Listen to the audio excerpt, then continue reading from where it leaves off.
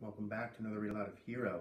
This story is very fast-paced, moving quickly, and I can't wait to see what happens. So many ups and downs in the story. I know.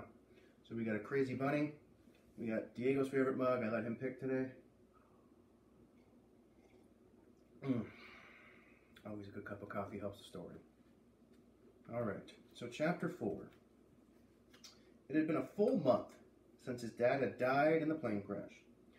Nowhere near Teterboro Airport. Instead, the Learjet had gone down on the eastern end of Long Island, closer to the Harriman's summer home in East Hampton than to Fifth Avenue. 3 weeks since the big funeral. 2 weeks since Zach had gone back to school. Sometimes, Zach would go a whole 10 minutes without thinking about it. Sometimes, not. Accepting it. That's what the grown-ups said he had to do. Even Kate said he had to find a way to deal with his dad's death and start moving on. Which sort of figured, since Kate seemed to know more about things than most grown-ups. At least the ones that Zach had met. So he was dealing with it, accepting it, and coming to terms. All the different ways of saying he got from the grief therapist that his mom had sent him to see. Absolutely, he wanted to say to the woman, Dr. Abbott. I think I've pretty much got it now. A month ago, I'm strolling through the park, literally, with one life. One life and two parents, and now I've got another life, that is. Yeah, no worries, Doc. The kid who wanted his dad to be home more now had one who wasn't coming home ever.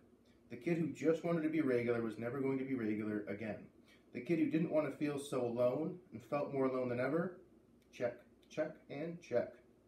Zach knew these were the things Dr. Abbott wanted to hear from him when she was telling him in her soft voice that it was all right for him to open up to her.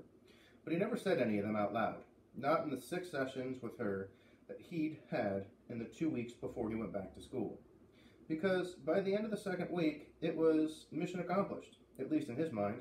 He'd convinced her and his mom that he was dealing and accepting and coming to terms enough that he didn't need to see her anymore, at least for right now. That was key. Telling them that he'd go back to therapy on the dead run if they thought he needed to. But he had other needs at the moment. I gotta stop talking about this now, is the way he'd explained it to his mom. Not talking about it every day is one thing, she answered Zach, but that doesn't mean you get to bottle things up. Mom, he said, I pretty much emptied that bottle for Dr. Abbott. If I want to talk about Dad from now on, I'll do it with you, or with Kate. Nothing against the doc, but the two of you are way smarter about me than she is. His mom had smiled then. Kate being the smarter of the two of us, of course. Didn't say that. He didn't have to. She'd gone along, though. Then, Zach was back in school, getting back into his normal routines, going to class, waiting for basketball to start, even throwing himself into doing his homework. Actually doing it early every day so he could get back on his computer for what he considered his real homework. Finding out every single thing he could about his dad's plane crash, which Zach believed was no accident, no matter what everyone said. There had been no evidence of terrorism or tampering, no distress calls from his dad to air traffic control, but no reason why the engines had just quit either. His dad would have figured something out, Zach was sure, if he'd had any kind of chance. So this was something else he hadn't said out loud to Dr. Abbott, or his mom, or Kate. They'd all told him to stay busy, keep occupied. Okay, he kept himself busy, reading up on the crash, on planes like his dad's, on other crashes like this one that nobody had ever explained. When his mom would poke her head inside his door and ask him what he was working on so late, he'd say, school project. What subject? History, he'd say, and not feel as if he were lying. Then he'd get up in the morning and he and Kate would make the 20-minute walk up 5th and then 1 block over to Parker School. Once he was there, he would try to get through another day, even though it now felt like the bads were with him all the time. And the other kids at school weren't helping, even though Zach could see them trying. He had 2 other buds besides Kate at school, both of them kids from basketball. Josh Morris was his best friend on the team, and its biggest player. And Zach usually loved hanging out with Dave Epstein, the team's second string point guard, because Dave was probably the funniest kid at Parker, like Family Guy funny. Zach loved playing ball with him, loved the fact that he was just good enough as an outside shooter and a defender to crack Parker's starting lineup. He was always happy to see the start of basketball season coming up on him, and sorry in the spring to see it end. I know, you like basketball too. A little sleepy? Even Josh and Dave didn't know how to act around him now. They treated him like he was sick or something. So now Zach felt like even more of an outsider at school, even with people going out of their way to be nice to him. Even Spencer Warren had stopped torturing him for the time being.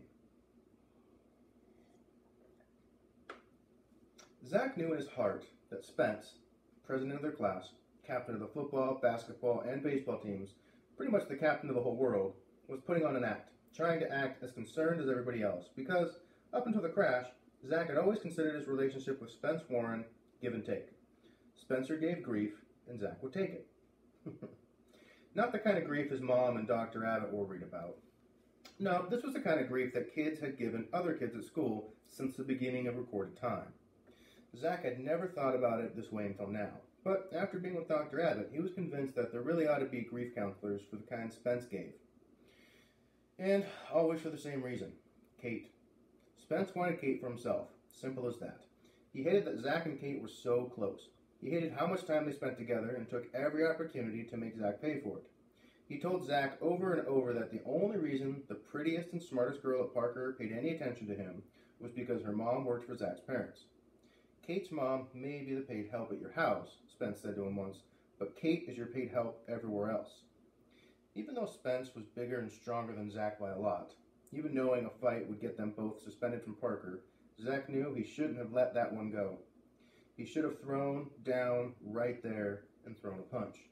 Getting just one solid punch in would have been worth it.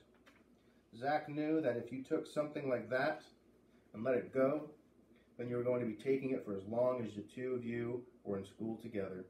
But he took it anyway, the way he always had. Just said, "Yep, good one, Spence. You got me again," and walked away. But not before he heard Spence say, "By the way, freak boy, I ever find out you're telling Kate about any of our conversations about her, you go to the top of my smack list." Like Zach wasn't there already. He just kept walking that day. One more time, one more threat from Spence burning in his ears, when he wondered how he could possibly be Tom Harriman's kid. Tom Harriman, who wasn't afraid of anything or anybody, probably not even at the very end. But there Spence had been Zach's first day back. All these other kids around, Kate included, putting out his hand and just saying, "Just speaking for the class, man. Sorry about your dad, dude. We're all here." Zach had no choice but to shake the outreached hand. As he did, Spence had said, "I don't know what else to say." "Then don't," Zach had wanted to say, but he said nothing, as usual. Since then, the only time Spence had got out of his way to say anything nice, act like an actual human being, were when Kate was around. Other than that, he'd pretty much left Zach alone. Not such a bad thing. Maybe even the one good thing that had come out of this whole experience, getting Spence out of his face. So why exactly was he standing next to Zach's locker now, when school had been out for an hour?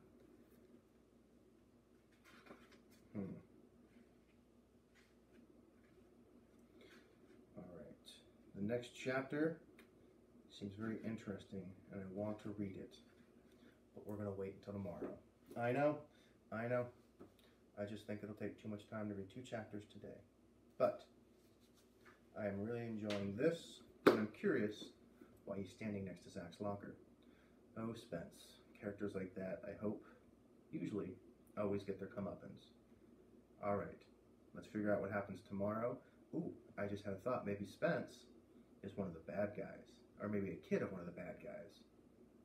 I don't know. My mind's running 1,000 miles a minute. I want to figure this out. I hope you do too. See you tomorrow.